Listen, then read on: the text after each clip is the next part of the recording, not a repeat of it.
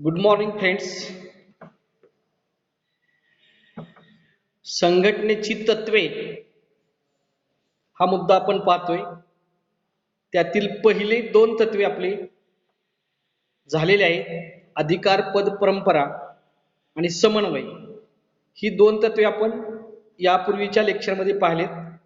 आजच्या लेक्चरमध्ये आपण नियंत्रण कक्षा, स्पॅन ऑफ कंट्रोल हे तत्व पाहायचं आहे. हे तत्व संघटनेत अतिशय महत्त्वाची भूमिका बजावतं, कारण या तत्वाच्या आधारे संघटनेचं कार्य अतिशय सुरळीत व व्यवस्थित आपल्याला पार पडताना दिसून येते.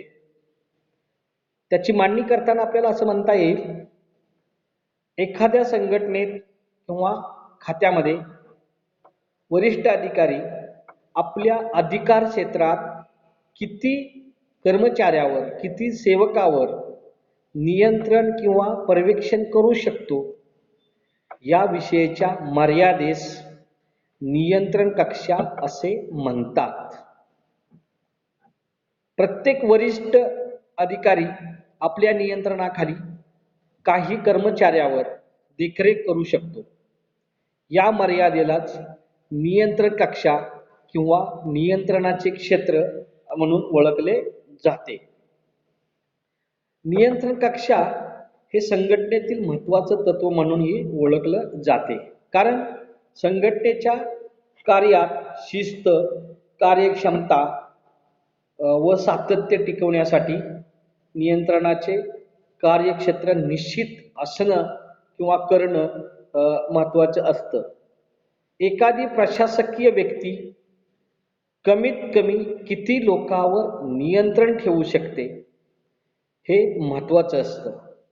उदाहरणार्थ, एखाद्या शिक्षकाला मर्यादेपेक्षा जास्त विद्यार्थ्यांना शिकवण्यास सांगितले तर त्याच्या पुढे नियंत्रणाचा प्रश्न उभा राहतो. म्हणजे किती मुलांना एका वेळेस आपण शिकवू शकतो? 10, 15, 20, 25, 50. त्या वर्गाची किती कॅपॅसिटी आहे त्याच्यावर नियंत्रणाचं क्षेत्र अवलंबून असतं. याला नियंत्रण कक्षा असं म्हणतात. तसंच खात्यामध्ये आणि संघटनेमध्ये एखादा वरिष्ठ अधिकारी किती कनिष्ठ कर्मचाऱ्यावर, सेवकावर तो नियंत्रण ठेवू शकतो, याला नियंत्रण कक्षा असं म्हणतात. आणि हे संघटनेचं महत्त्वाचं तत्व म्हणून ओळखलं जातं. एखाद्या खात्याच्या प्रमुख सचिवाच्या देखरेखीखाली, नियंत्रणाखाली किती सहाय्यक सचिव व उपसचिव नियुक्त करावायचे व त्याच्यावर नियंत्रणाच्या दृष्टीने महत्त्वाचं असतं. थोडक्यात, संघटनेच्या किंवा खात्याच्या प्रत्येक प्रमुख अधिकाऱ्याच्या नियंत्रणाखाली किती सेवक असावेत याविषयी मर्यादा निर्माण झालेली पाहावयास मिळते. यासाठी जॉन मिलेट हे प्रशासकीय विचारवंत आहेत. ते म्हणतात, अनुभव आणि मानसशास्त्रीय संशोधन याद्वारे प्रशासकाच्या पर्यवेक्षण क्षमतेला एक निश्चित मर्यादा असते हे सिद्ध झालेलं दिसून येतं. आणि हे बरोबर आहे बरं का, कारण एका वरिष्ठ अधिकाऱ्याच्या नियंत्रणाखाली किती कनिष्ठ अधिकारी असावेत हा अतिशय महत्त्वाचा रूल्स आहे किंवा तत्व म्हणून ओळखलं जातं.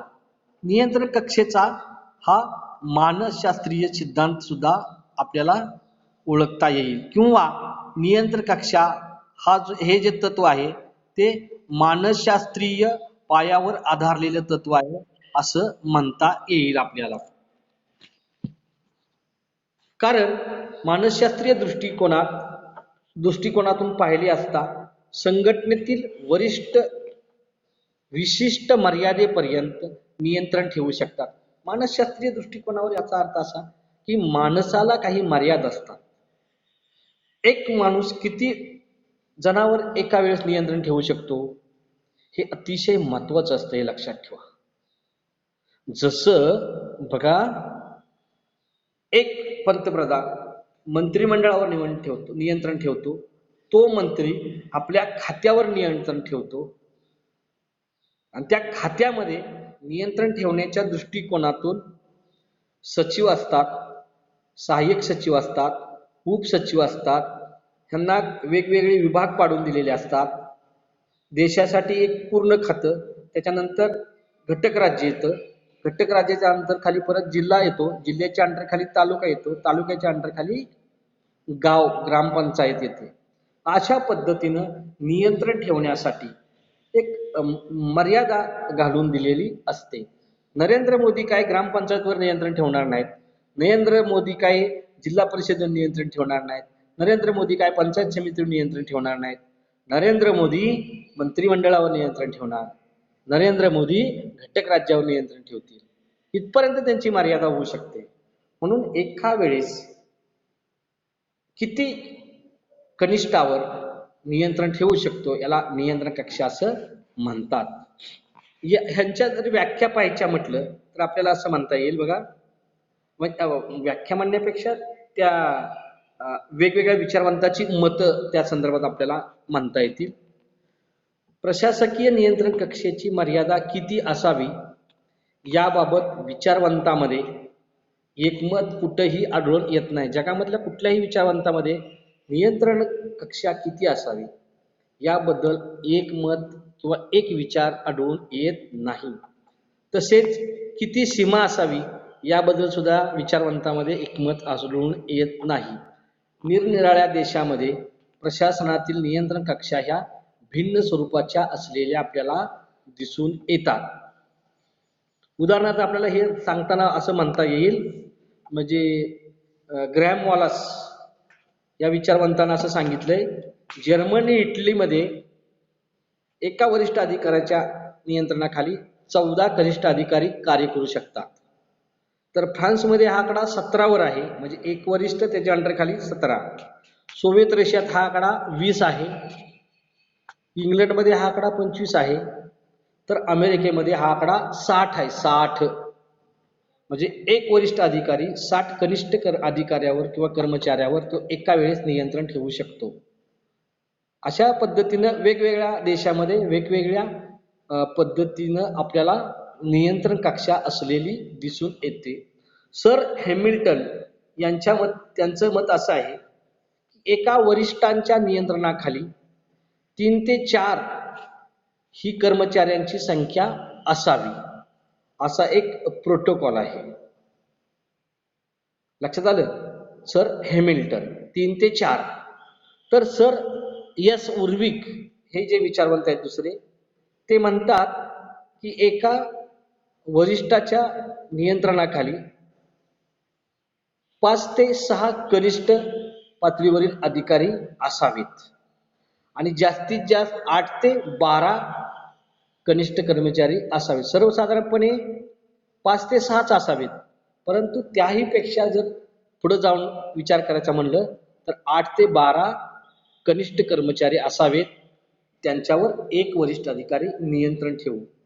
अशा पद्धतीनं नियंत्रण कक्षा, त्याच्याची मर्यादा, त्याच्यावर नियंत्रण ठेवण्यासाठी किती कर्मचारी असावेत, नियंत्रण कक्षा म्हणजे काय हे पाहिल्यानंतर आपण नियंत्रण कक्षा निश्चित करणारे घटक कोणते आहेत या मुद्द्याची आपण आता चर्चा करणार आहोत. या मुद्द्याची चर्चा, नियंत्रण कक्षा निश्चित करणाऱ्या घटक म्हणजे कार्य, काल, स्थळ आणि नेतृत्व या 4 मुद्द्याच्या आधारे आपण नियंत्रण कक्षा निर्धारित करणारे किंवा निश्चित करणारे घटक पाहूया. पहिला मुद्दा जो आहे कार्य. कार्य म्हणजे काय? फंक्शन. म्हणजे नियंत्रण कक्षा कार्याच्या स्वरूपावर अवलंबून असते. कोणत्या स्वरूपाचं कार्य आहे यावर नियंत्रण कक्षा अवलंबून असते. सर्वसाधारणपणे कार्य आणि विशेष कार्य याबाबत नियंत्रण कक्षातील कर्मचारी संख्या भिन्न असलेली पाहावयास मिळते. कठीण व अवघड स्वरूपाच्या कार्याबाबत ही संख्या मर्यादित ठेवावी लागते. कठीण आणि विशेष किंवा भिन्न स्वरूपाचं जर कार्य असेल तर कर्मचाऱ्याची संख्या ही मर्यादित ठेवावी लागते. कार्याचे स्वरूप समान असेल किंवा वरिष्ठ प्रशासक व कनिष्ठ प्रशासक यांचे कार्य एकाच स्वरूपाचे असेल तर नियंत्रण कक्षेतील सेवकांची संख्या अधिक असू शकत नाही. कारण कामच जर एक स्वरूपाचं असेल तर कनिष्ठाचं कार्य बी तेच आहे आणि वरिष्ठाचं कार्य बी तेच आहे, तर तुम्हाला नियंत्रण ठेवायला काही अडचण येत नाही.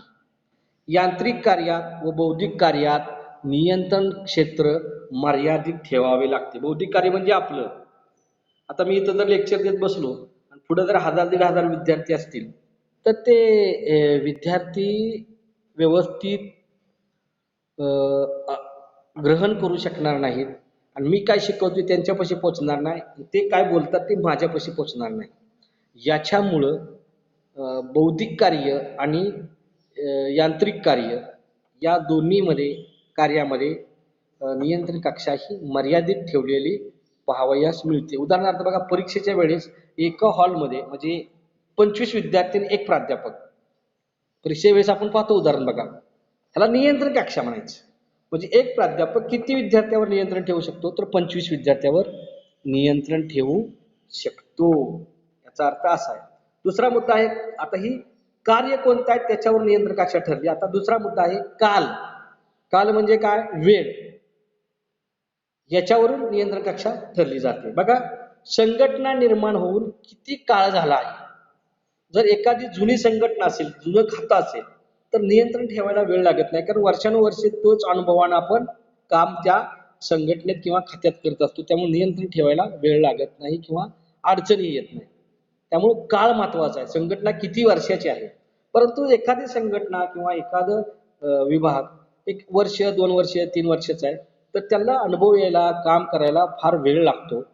नियंत्रण कसं ठेवायचं याचं त्यांना लगेच अंदाज येत नाही, कारण खातं बी नवीन असतं, अधिकारी नवीन असतात. जर जुने म्हणजे जुन्या वर्षानुवर्षाची जर संघटना किंवा खातं असेल तर तुम्ही सहज त्याच्यावर नियंत्रण ठेवू शकता, कारण दररोजच काम असते ते. अनुभवातून आपण सहज नियंत्रण ठेवू शकतो. पण नवीन संघटना किंवा नवीन खातं असेल तर तुम्हाला काल या गोष्टीकडे जास्त लक्ष द्यावं लागतं. जुन्या संघटनेतील वरिष्ठ अधिकारी नियंत्रणाचे व देखरेखीचे कार्य सहज करतात, अधिक चांगल्या प्रकारे करू शकतात, कारण तिथं नियम माहीत असतात, वर्षानुवर्ष तत्व माहीत असतात, कामाची पद्धत माहीत असते. या उलट नवीन जर संघटना असेल तर सतत त्याला मार्गदर्शन करावं लागतं, सूचना द्यावी लागतात, नियंत्रण ठेवावं लागतं, लक्ष द्यावं लागतं. असं नियंत्रण कक्षा मर्यादित ठेवावी लागते काळानुसार. म्हणजे कार्य कोणत्या स्वरूपाचा यावर नियंत्रणाची मर्यादा ठरते, कक्षा ठरते. आता कार्य म्हणजे काल किती वर्षाची संघटना किंवा खातं याच्यावरून सुद्धा मर्यादा ठरते. यानंतर तिसरा मुद्दा जो आहे स्थल. स्थळालाच आपण ठिकाण असं म्हणतो. प्रशासन कार्याचे ठिकाण किंवा स्थळ यावर नियंत्रणाचे क्षेत्र ठरविले जाते. एकाच छत्राखाली एकाच ठिकाणी एखादे कार्य चालू असेल तर तेथे नियंत्रण करणे अधिक सोपे जाते. म्हणजे एकाच ठिकाणी जर काम असेल तर त्याच्यावर नियंत्रण ठेवणं सोपं जातं. पण एकच काम अनेक ठिकाणी जर चालू असेल, वरिष्ठ अधिकाऱ्यांनी नियंत्रण ठेवायचं म्हणलं तर अवघड जातं. उदाहरणार्थ, एखादं काम चालू आहे, ते कोल्हापुरात बी चालू आहे, ते इचलकरंजीला चालू आहे, ते हातकणंगलेला चालू आहे, ते कागलला चालू आहे. आणि वरिष्ठ अधिकाऱ्याची मग धावपळ होणार, नियंत्रण ठेवता येणार नाही. परंतु एकाच ठिकाणी कोल्हापुरात जर ते काम चालू असेल तर त्या वरिष्ठ अधिकाऱ्याला तिथं नियंत्रण ठेवायला सोपं जातं. म्हणून ह्यावरून स्थळ हे अतिशय महत्वाचा घटक नियंत्रण कक्षामध्ये आपल्याला नियंत्रण कक्षा निश्चित करताना महत्वाचा वाटतो. त्यामुळे नियंत्रण कक्षेतील क्षेत्रातील सेवकांची संख्या अधिक असू शकते. एका ठिकाणी काम असेल तर त्याच्यावर जो एक जण असतो नियंत्रण ठेवणारा, तो अनेक जणांवर नियंत्रण ठेवू शकतो. पण कार्य जर अनेक ठिकाणी असेल तर नियंत्रण ठेवणारा एक व्यक्ती जास्त लोकांवर नियंत्रण ठेवू शकत नाही. मराठीत आपल्या म्हण आहे, एक ना धड भाराभर चिंध्या. असं मराठीत एक म्हण आहे आपल्या कोल्हापुरी भाषेमध्ये, लक्षात ठेवा. अशा वेळी नियंत्रण क्षेत्रात सेवकांची संख्या कमी असणे.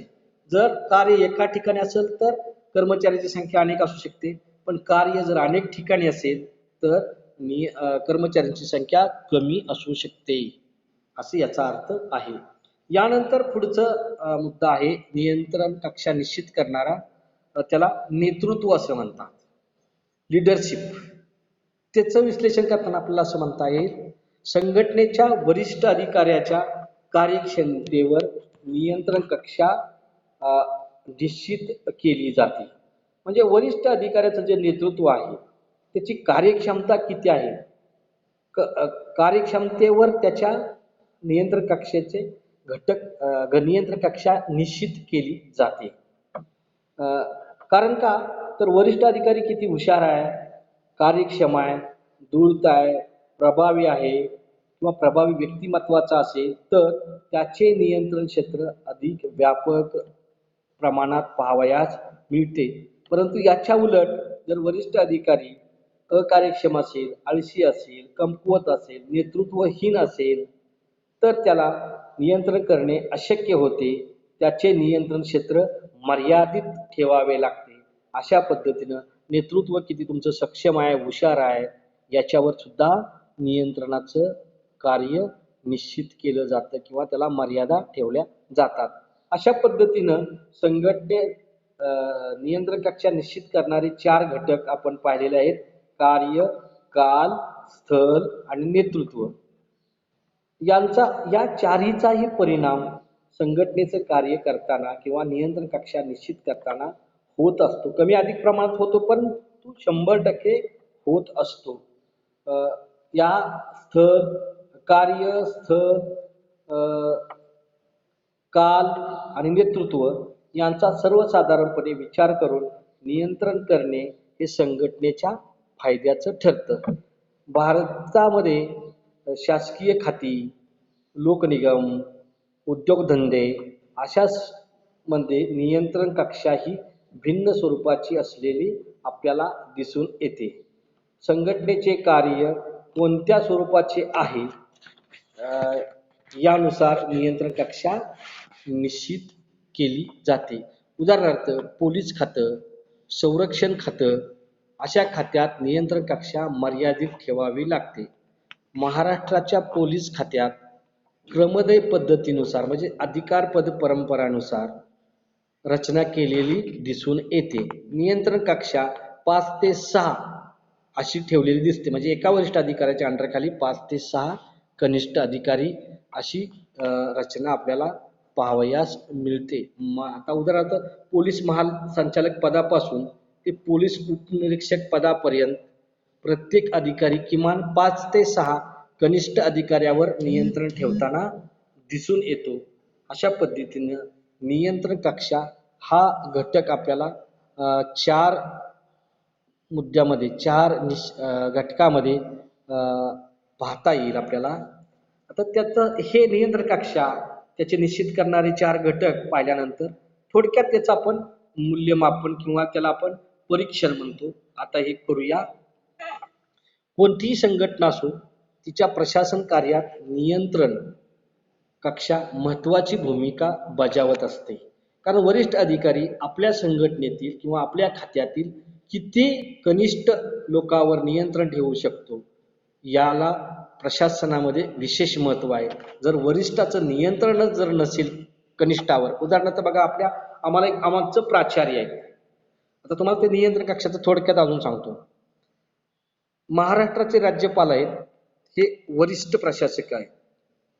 त्यांच्या अंडरखाली महाराष्ट्रात जेवढी विद्यापीठ आहेत त्याचे कुलगुरू काम करतात आणि कुलगुरूच्या अंडरखाली त्या विद्यापीठात किती महाविद्यालय आहेत त्याचे प्राचार्य काम करतात आणि त्या प्राचार्याच्या नियंत्रणाखाली देखरेखीखाली त्या महाविद्यालयातील प्राध्यापक काम करतात. ह्याला नियंत्रण कक्षा असं म्हटलं जातं. थोडक्यात हे तुम्ही समजून घ्या. अलीकडच्या काळात किंवा प्रशासनात विशेषज्ञाचा प्रभाव वाढत आलेला दिसून येतो. म्हणजे काय, तर वेगवेगळी क्षेत्र आहेत, वेगवेगळे अधिकारी आहेत, त्यांच्यावर नियंत्रण ठेवणं हे फार जिकिरीचं, मुश्किलीचं होऊन बसलेलं आहे. कारण भारताची 130 कोटी लोकसंख्या आहे आणि ह्या 130 कोटी लोकसंख्येला विविध विभागामध्ये वेगवेगळी त्यांच्या विकासासाठी कार्य विभागामार्फत केली जातात. हे विभाग जे आहेत, वेगवेगळे विभाग आहेत, या विभागातील वरिष्ठ अधिकारी त्यांच्या कनिष्ठावर नियंत्रण ठेवताना फार जिकिरीचं होऊन बसतंय. कारण नियंत्रण क्षेत्र, कक्षा इतकी प्रचंड मोठ्या प्रमाणात विपुल आहे, व्यापक आहे, की तिथं नियंत्रण ठेवणं फार मुश्किल होऊन बसलेलं आपल्याला पाहावयास मिळतं. थोडक्यात काय, तर संघटनेच्या प्रशासनात नियंत्रण कक्षेच्या तत्वाला अनन्यसाधारण महत्त्व प्राप्त झालेलं आपल्याला दिसून येतं. प्रशासन कार्य सुलभ, कार्यक्षम व यशस्वी होण्याच्या दृष्टीने नियंत्रण कक्षा निश्चित करावी लागते. संघटनेत नियंत्रण कक्षा मर्यादित ठेवली तर कनिष्ठ स्तरावरील सेवकांची संख्या वाढवली जाते. अशा वेळी त्यांच्या कार्यावर नियंत्रण ठेवणे कठीण होऊन बसते. म्हणजे कनिष्ठ कर्मचाऱ्यांची संख्या वाढवली की वरिष्ठाचे टेन्शन वाढलं. कनिष्ठांची संख्या जेवढी कमी तेवढे वरिष्ठाला कार्य करण्यास सोपं, असा याचा थोडक्यात अर्थ आपल्याला पाहता येईल. मग जर संख्या जास्त असेल, कनिष्ठ एकच असेल, तर मग कार्य व्यवस्थित होत नाही. मग दप्तर दिरंगाई होते, प्रशासनामध्ये लालफित होते, कारभार व्यवस्थित चालत नाही.